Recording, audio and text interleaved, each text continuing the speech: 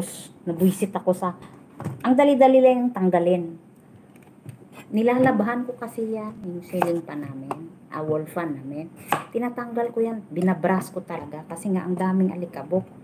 Ayoko naman na doon mo lang siya linisin, then pag pinaandar mo siya, lahat ng alikabok pupunta din sa edi tinanggal ko at nilabahan ko dyan sa CR ko. Tapos, tamang-tama din nung nagtatanggal ako, sabay ang tawag Yori sa akin. Hinaan ko na lang yung cellphone ko kasi para hindi ko yung marinig ang yayaw-yaw ba. Parang, at saka tinatawag ako na may ginagawa ako. Medyo ma-tense. Tapos sabi ko, kung Yori ka, gislow volume na ako. Gimute na lang na ako, gimute. Sabi ko, kung anong sinasabi ng mama niya, ganun din ang niyayaw-yaw niya. Niya guys, mabuka namin, giguripatong kayo. Nanggigigil ako sa kanya. Sabi niya man, hello guys. Tapos maya-maya naman, ano na naman siya, alam mo ba yun? Pero wag mo siyang sanayin Merlito. Wag mo siyang sanayin sisi sa muok sa sa cellphone. Alam natin yung cellphone, madaming bakterya yan. Tapos masasagap yan ng bata, hindi maganda yung radiation. Wag mo sanayin sa cellphone yung bata. Kahit na magmaoy siya, hayaan mo siya. Yung utak ng bata, inaano mo doon.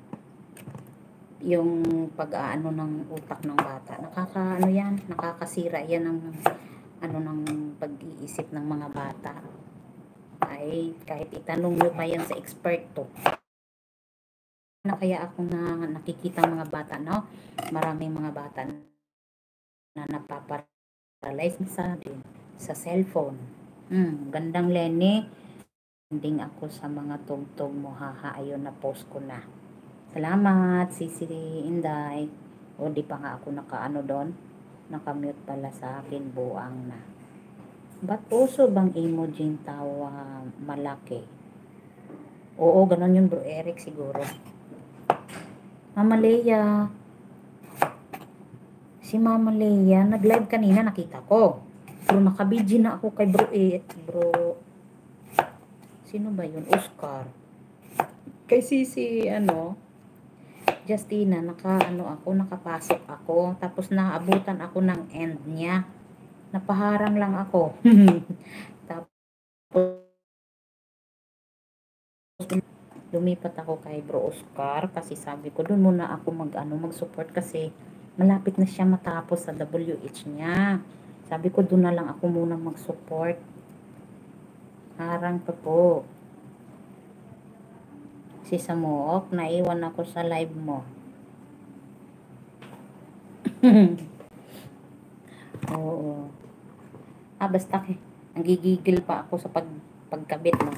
Madaling tanggalin ang wall fan. Pag kinabit mo, sobra namang hirap. Nakahagdan ako Tsaka medyo nakaganon yung yung posisyon ba, hindi masyado ang hagdan. Nakatagilid, hindi siya nakaayon talaga. Kasi nga meron ako ba, ang hirap. Sos, ang isa kong paa, ito yung kanan, pa, di masyado ba proportion ang ko tayo ko. Nanginginig talaga yung kamay, ako.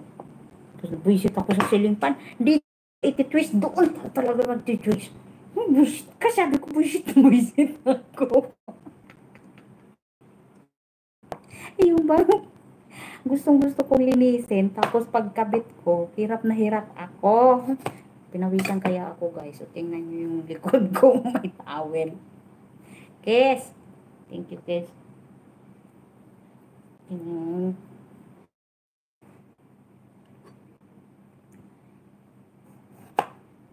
Nag-ikot-ikot na naman siya, Eric, Kuya Eric. Sisi Len, sabi ni Sisi Marisol. How are you, Kes? Good. Kuha ako ng gawa ako ng